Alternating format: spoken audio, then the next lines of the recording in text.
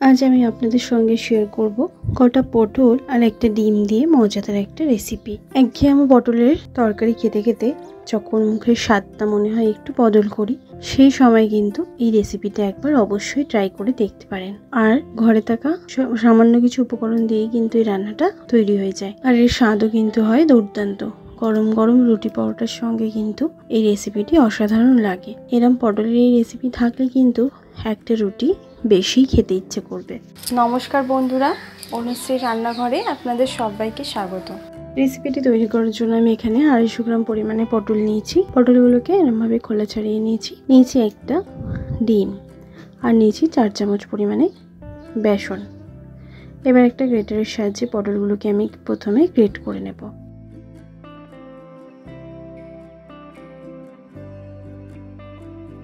সব পটলগুলোকে আমি এরমভাবে গ্রেট করে নিয়েছি।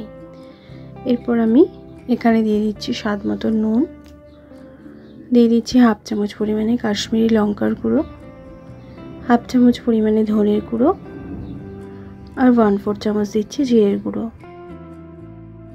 দিচ্ছি সামান্য একটুখানি হলুদের গুঁড়ো, দেব 1/2 চামচ পরিমাণে আদা রসুন বাটা।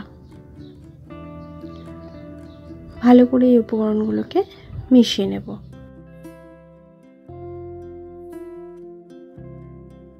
ভালো করে মিশিয়ে নেওয়ার পর আমি এখানে ডিমটাকে ফাটিয়ে দিয়ে দেব। এরপর দিয়ে দিচ্ছি বেসন।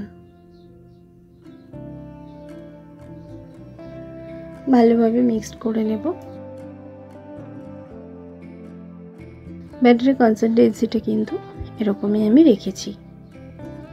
এরমভাবে নিয়ে এবার পকোড়াগুলোকে ভেজে নেব। তার জন্য গ্যাস অন করে কড়া বসিয়ে দিয়ে দিলাম পরিমাণ মতন সর্ষের তেল। তেলটাকে ভালো করে গরম করে নেব।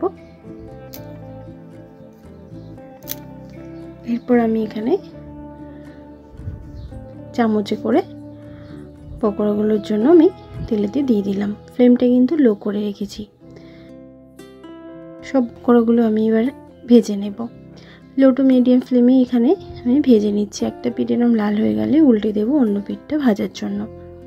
হাই ফ্লেমে একদম এখানে ভাজবো না, তাহলে উপরটা লাল হয়ে যাবে আর ভেতরটা কিন্তু ভালোভাবে কুক হবে না। এরপর এই পিঠটা আমি ভালো করে ভেজে নিচ্ছি। দুটো পিঠই এরকম লালচে করে ভাজা হয়ে গেছে। এরপর আমি তেল থেকে তুলে নেব। সেম প্রসেসে সব পকোড়াগুলো প্রথমে ভেজে নেব। এরপর ওই তেলেতে আমি ফোড়নে দিচ্ছি 1/2 চামচ পরিমাণে গোটা জিরে, 2 ছোট এলাচ আর 2 দারচিনির টুকরো। এরপর ফোড়নটা ভাজা হয়ে গেলে একটা মিডিয়াম সাইজে চপিং করে কেটে রাখা পেঁয়াজ আমি দিয়ে দিলাম। পেঁয়াজটা হাই ফ্লেমে 1 মিনিট ভেজে নেওয়ার পর দিয়ে দিলাম 1 চামচ পরিমাণে কাসুরি মেথি। ভালো করে আবারও পেঁয়াজটাকে একটু ভেজে নেব। এরপর আমি এখানে দিয়ে দিচ্ছি একটা মিডিয়াম সাইজের টমেটো কুচি আর স্বাদ মতন দিয়ে দিচ্ছি নুন। ভালো করে এবার একটু ভেজে নেব। এতে করে নুন দেওয়ার ফলে টমেটোটাও কিন্তু তাড়াতাড়ি সফট হয়ে যাবে। এরপর দিচ্ছি 1 চামচ পরিমাণে আদা রসুন বাটা। ভালো করে আদা রসুন বাটাটাকে দিয়ে কষিয়ে নিচ্ছি, আদা রসুনের কাঁচা গন্ধটা যাতে কেটে যায়। আদা রসুনের কাঁচা গন্ধটা কেটে যাওয়ার পর আমি এখানে দিয়ে দেবো 1 চামচ পরিমাণে ঝাল লঙ্কার গুঁড়ো,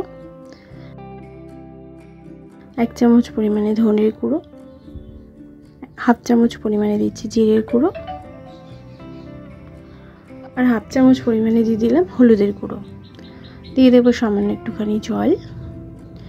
এরপর আমি মিডিয়াম ফ্লেমে রেখে মশলাটাকে কষিয়ে নেব যতক্ষণ না মশলা থেকে তেল সেপারেট হতে শুরু করছে। মশলাটা এবার কিন্তু ভালোভাবে কষানো হয়ে গেছে।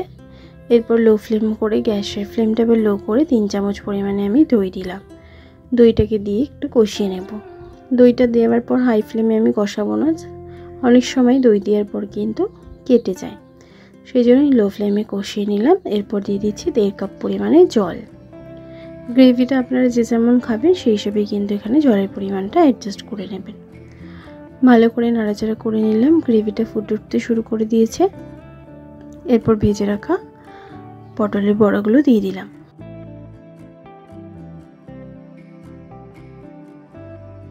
ভালো করে নাড়াচাড়া করে মিশিয়ে নেব। এরপর 2 থেকে 3 মিনিট লো ফ্লেমে ঢাকা দিয়ে রান্নাটা হতে দেব। 2-3 মিনিট পর ঢাকাটা সরিয়ে নিয়েছি। এবার একটুখানি ফ্লেমটা হাই করে আমি গ্রেভিটা একটু শুকিয়ে নেব। 1/4 চামচ দিয়ে দিচ্ছি গরম মশলার গুঁড়ো আর সামান্য একটুখানি দিয়ে দিচ্ছি ধনেপাতা কুচি। হালকা হাতে ভালো করে একটুখানি নাড়াচাড়া করে মিশিয়ে নেব। গ্রেভিটা অনেকটাই কিন্তু শুকিয়ে এসছে। আমি এর থেকে বেশি শুকনো করব না, গ্যাসের ফ্লেমটা বন্ধ করে দেব। ঠান্ডা হলে এটা আরেকটু ড্রাই হয়ে যাবে যেহেতু বেসন দেওয়া আছে। গরম গরম এই রেসিপিটি রুটি, পরোটা, ভাত সবের সাথেই কিন্তু অসাধারণ খেতে লাগে। একবার এরমভাবে এই রেসিপিটি ট্রাই করে খেয়ে দেখবেন, আশা করছি আপনাদের ভালো লাগবে। ভালো লাগলে লাইক শেয়ার করতে ভুলবেন না, কমেন্ট বক্সে কমেন্ট করে জানাতে ভুলবেন না রেসিপিটি কেমন লাগলো। ভালো থাকবেন, সুস্থ থাকবেন, ধন্যবাদ।